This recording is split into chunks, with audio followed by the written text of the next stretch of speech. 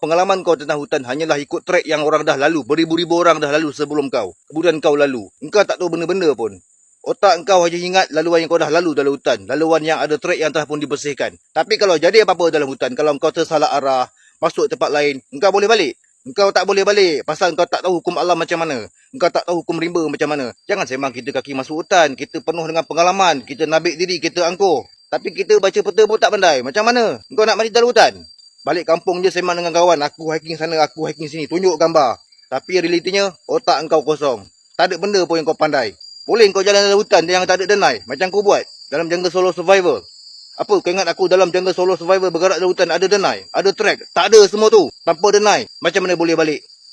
Ini dia, kompas. Pasal apa? Kalau kau tengok balik tiap tahun, siapa yang hilang dalam hutan? Siapa yang sesat dalam hutan? Geng hiking. Bukan geng jungle survival. Ini kau yang setakat pengalaman kau atas trek. Wah, kau punya sembang bukan main padu. Kau banyak pengalaman. Bila orang tegur je, kau banyak pengalaman. Saya hiking dah 10 tahun. Saya hiking dah 17 tahun. Saya hiking dah 25 tahun. Saya hiking dah 30 tahun.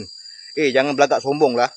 Aku ulang sekali lagi. Pengalaman kau hanyalah atas trek yang telah dibersihkan. Yang mana sebelum tu dah beribu-ribu orang lalu. Sebelum kau lalu. Berani kau tabik diri kau dengan hutan Angkuh betul kau ni. Engkau dah tak tahu baca kompas. Survival pun kau tak pandai. Tiba-tiba kau sesat dalam hutan. Apa? Kau ingat suhu hutan pada waktu malam macam dalam bilik engkau ke? Hutan lebih menyesakan pada waktu malam. Lebih menggerunkan pada waktu malam. Lebih membunuh pada waktu malam.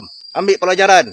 Kau nak ke orang jumpa jasad kau dalam hutan dah tak bernyawa? Dah tinggal rangka. Kau nak macam tu? Kau mesti ingat. Betapa ramai yang mati dalam hutan bukan sebab dibunuh haiwan buas. Tapi mati dalam hutan sebabkan ego mereka sendiri. Ego yang macam mana? Engkau tak nak belajar ilmu hutan. Kau tak nak belajar ilmu kompas. Kau tak nak belajar ilmu baca peta. Kau tak nak belajar ilmu survival. Engkau kosong semua tu. Tapi sembang cukup padu.